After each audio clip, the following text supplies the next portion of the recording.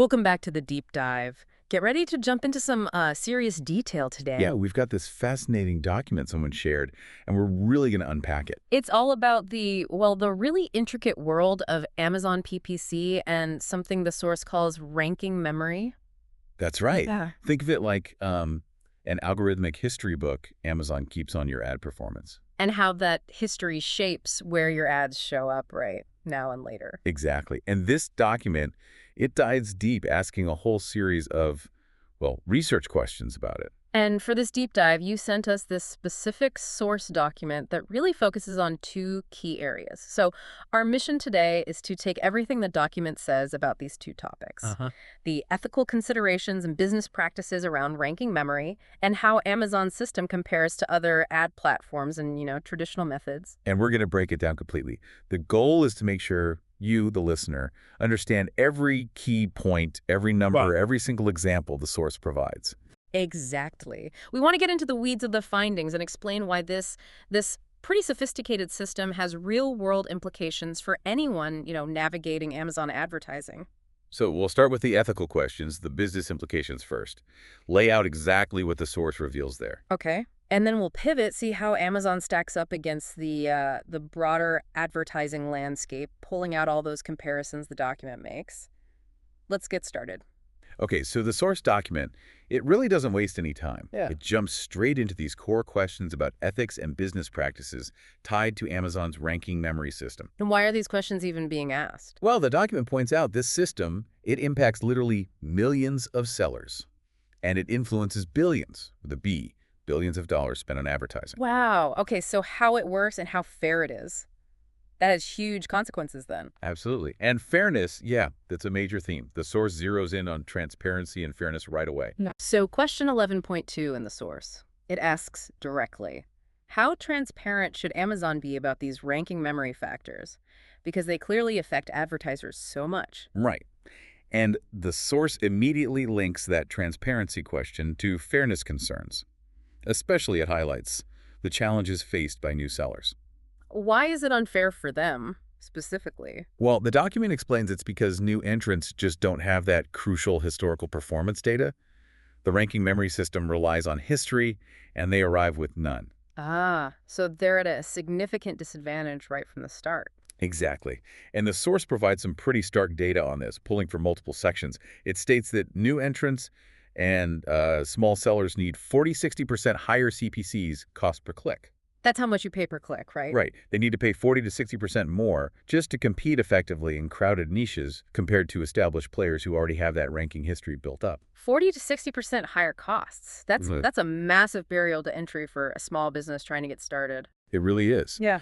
And the document makes it clear this isn't just, an abstract issue. It actually points out that Amazon's own SEC filings. The documents they file with the government. Yes, the Securities and Exchange Commission.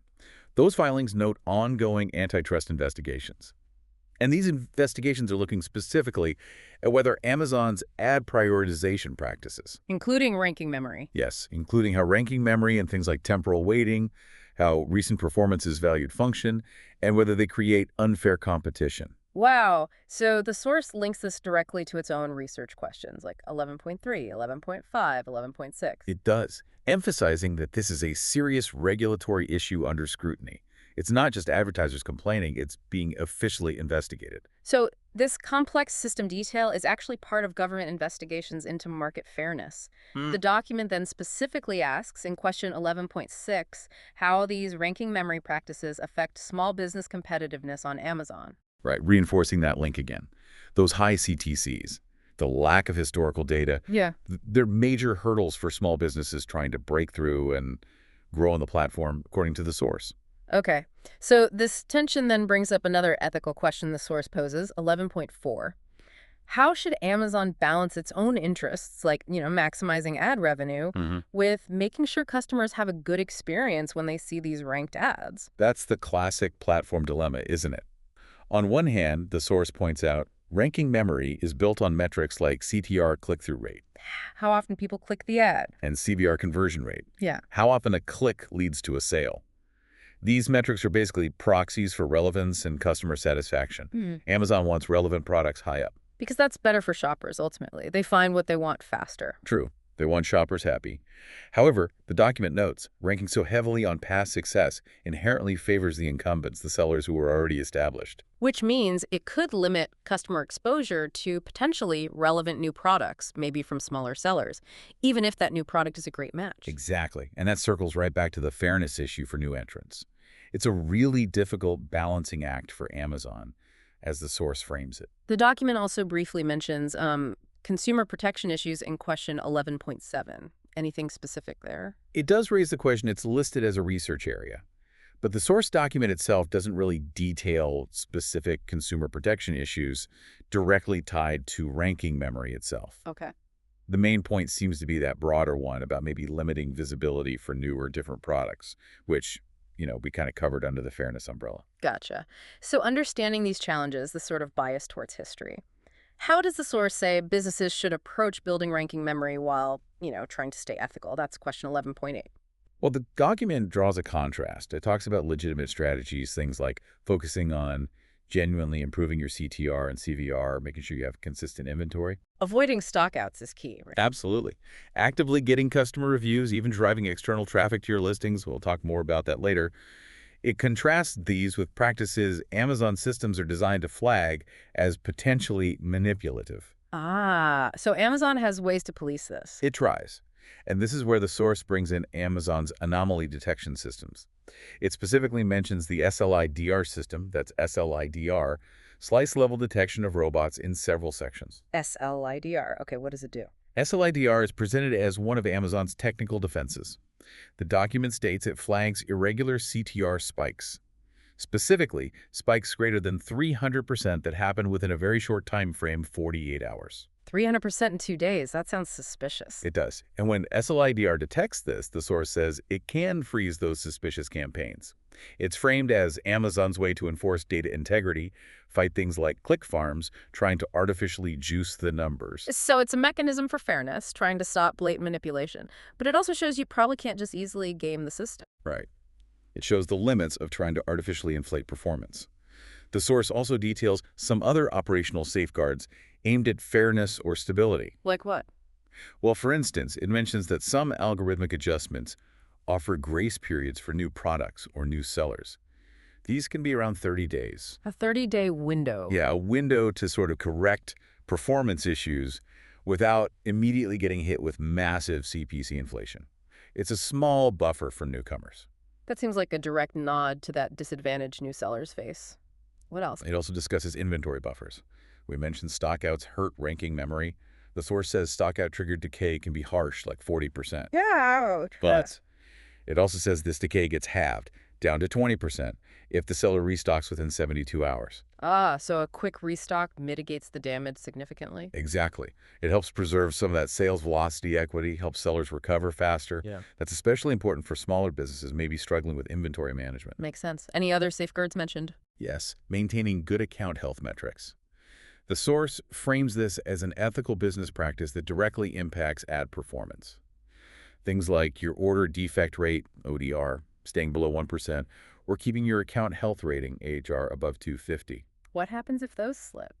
Poor account health can lead to a significant drop in ad visibility. The source says potentially 20–30% lower visibility, or even worse, ad suppression, or getting your account suspended entirely. So just running your core business well is fundamental to your advertising success and building that ranking memory. Absolutely.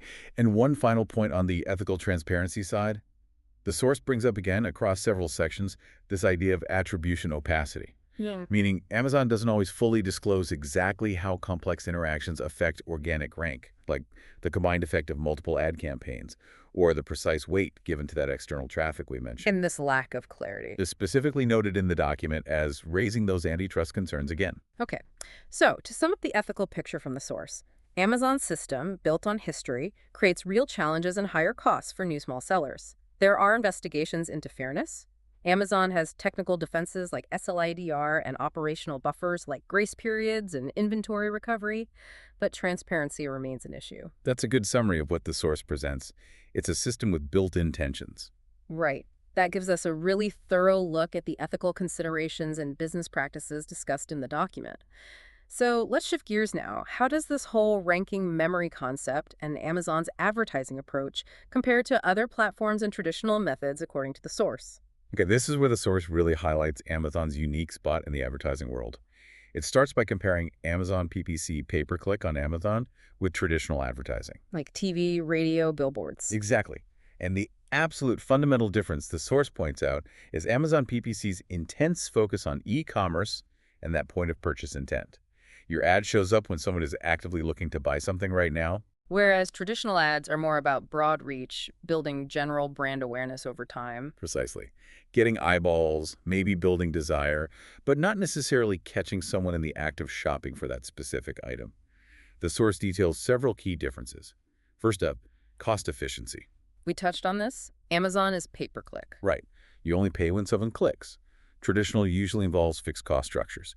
You buy the TV spot, the billboard space, whatever, and you pay that fixed price regardless of engagement. And the source had a stat on this. It did. It cites a study showing PPC reduced wasted spend by 40% compared to traditional models, mainly by cutting out impressions that never converted. 40% is significant. Okay, next difference. Targeting precision. Amazon uses its massive trove of first-party data search history, purchase behavior for hyper-relevant ads delivered at just the right moment. While traditional uses broader demographics, like that example of a toy ad during kids' TV shows. Exactly.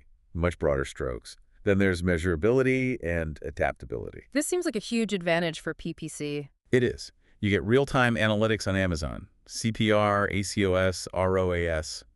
You can see what's working, what's not, and adjust your campaigns practically daily. Traditional campaigns.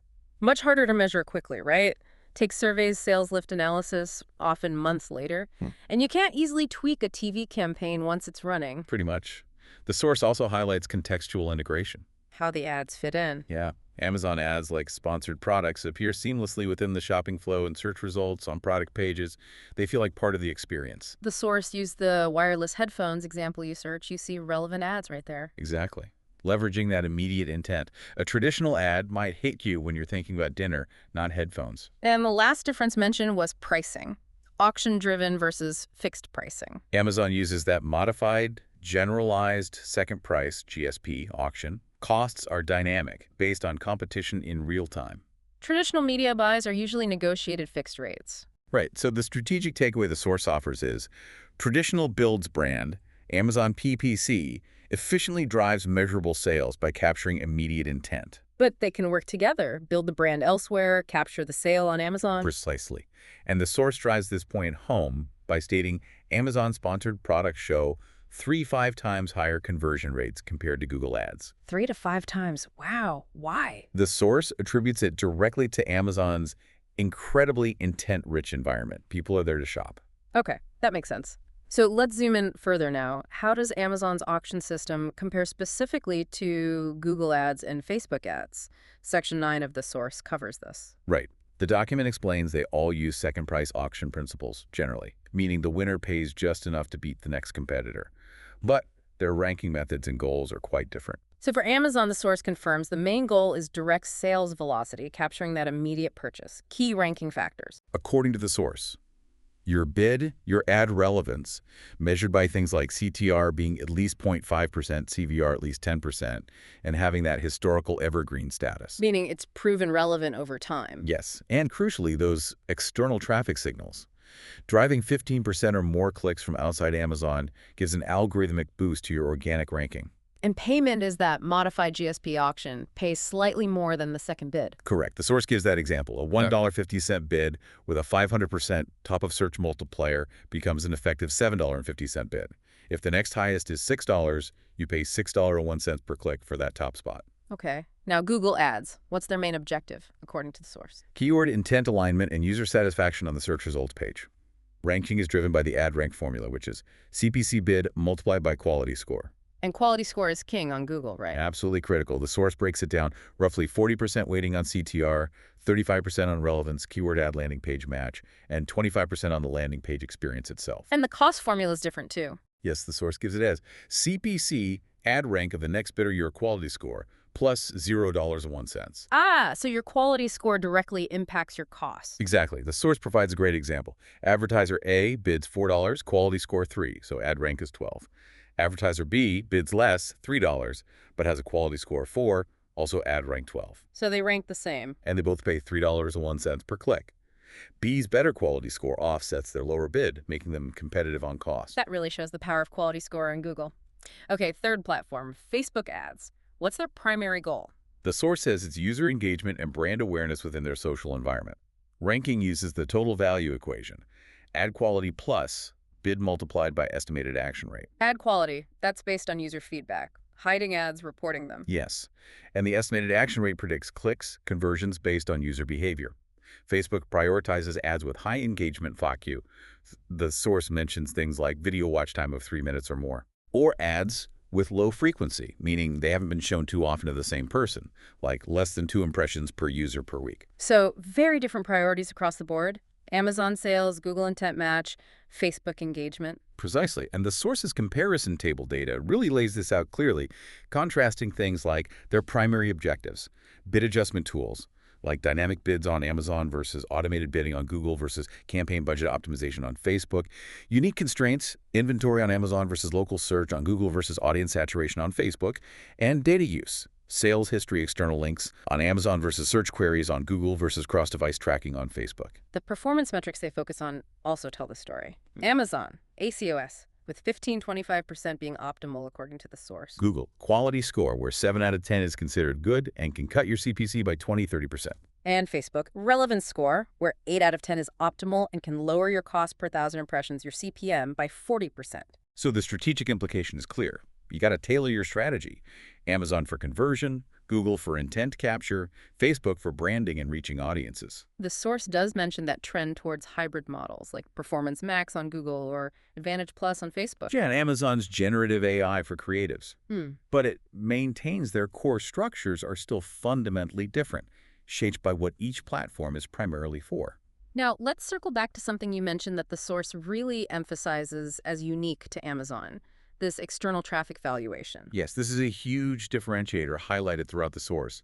Amazon uniquely and algorithmically rewards sellers for driving qualified traffic from outside Amazon social media, influencers, email lists directly to their Amazon listings. And it's not a small reward, is it? Not at all. The source states repeatedly, campaigns driving 15% or more attributable external clicks get a significant 2-3x organic ranking boost on Amazon itself. 2 to 3 times higher organic rank just for sending clicks from outside. That's what the source indicates. It even tries to quantify it, suggesting this boost is equivalent to the organic lift you might get from spending around $15,000 in PPC. Wow. So you can leverage activity on, say, TikTok or Instagram. The source mentions those specifically to directly improve your ranking memory and visibility on Amazon. Exactly. And the key tool for this, according to the source, is Amazon attribution. That's what makes the traffic measurable so Amazon's algorithm can give you credit. And there's also the brand referral bonus program. Yes, the source mentions that too. It gives sellers cash back, credits averaging about 10% of the sales generated from that attributed external traffic, further incentivizing sending traffic to Amazon. But here's the interesting contrast the source makes. While Amazon rewards traffic coming to Amazon, it does not directly incorporate off-platform sales history into its ranking memory. Right. So selling a ton on your own Shopify store, for example, doesn't directly boost your Amazon rank, according to Section 56 of the source. But driving clicks from your Instagram to your Amazon listing does, and potentially significantly. That's a fascinating distinction. Drive traffic to us, get rewarded, sell elsewhere. That doesn't count here. Pretty much sums up the source's point on that. The document also briefly mentions other comparisons it could have made but didn't detail. Like comparing to other e-commerce sites, maybe Walmart or Etsy. Yeah, or traditional loyalty programs, cultural differences, innovations from other industries, or the unique challenges e-commerce poses versus generic search ads. The source acknowledges these, but says its deep comparisons focused on Google, Facebook, and traditional. Okay. And one last connection the source makes. Linking ranking memory to Amazon's recommendation engine. Yes. Section 58 explains that ranking memory, those core metrics like CTR, CVR, sustained sales velocity, forms the backbone for features like recommended for you or frequently bought together. So the stuff that performs well in ads and organically gets recommended more. Essentially, yes. Products that prove their relevance and customer satisfaction achieve evergreen status and are prioritized by Amazon's recommendation algorithms. The source mentions models like Lambda, Mark, BERT, and these recommendations are a huge deal, driving 35% of Amazon's total revenue, according to the source. 35%. So performing well, building that ranking memory, feeds directly into this massive sales driver for Amazon. Okay, that ties it together nicely. Understanding Amazon's place compared to others and how it values that external traffic really clarifies the picture from the source. So let's do a quick recap of the key findings from the source on these two specific areas. First, the ethical and business side. We saw the document highlight those major challenges for new and small sellers. Facing those 40–60% higher CPCs due to lack of history. Right. And this being linked to ongoing antitrust FTC investigations around fairness and transparency in ad ranking. Plus, Amazon's internal checks, like the SLIDR system flagging those huge sudden CTR spikes, 300% in 48 hours, to fight manipulation. Then the cross-platform comparisons. The source clearly differentiated Amazon from traditional ads, PPC, precise, immediate sales focus versus fixed cost, broad reach, delayed awareness. And setting it apart from Google and Facebook, too. Amazon's auction and metrics are geared towards immediate sales velocity, unlike Google's keyword intent match focus or Facebook's user engagement priority. And we absolutely have to reiterate that unique synergy Amazon builds, rewarding off-platform efforts with that powerful 2-3x organic boost for hitting the 15% external attributed click threshold. So pulling it all together, the source paints a picture where understanding these ethical tensions, especially the barriers for new sellers and the specific competitive dynamics of Amazon versus other platforms, is just crucial for advertisers. Yeah, building ranking memory on Amazon based on this source isn't just about sales numbers. It's about building this kind of algorithmic trust, this equity within Amazon's very unique ecosystem. An ecosystem that, as the source describes it, heavily rewards past success, but also creates the specific valuable link to activity happening completely outside its own walls. Yeah, it definitely creates a distinct landscape for sellers to navigate. Well, that brings us to the end of this deep dive into the ethical and comparative aspects of Amazon's ranking memory, based entirely on the detailed document you shared with us. Thanks so much for sending it over. It gave us a huge amount to unpack. It was really insightful material to work through, definitely. Absolutely. And it leaves us and you, the listener, with this final thought to chew on. Given that Amazon's system, as this document describes it, seems to reward past success so heavily, creating these potential barriers for new entrants, while also uniquely valuing traffic driven from other platforms, what does this really interesting dynamic mean for the future of competition and maybe even innovation inside the world's biggest online marketplace?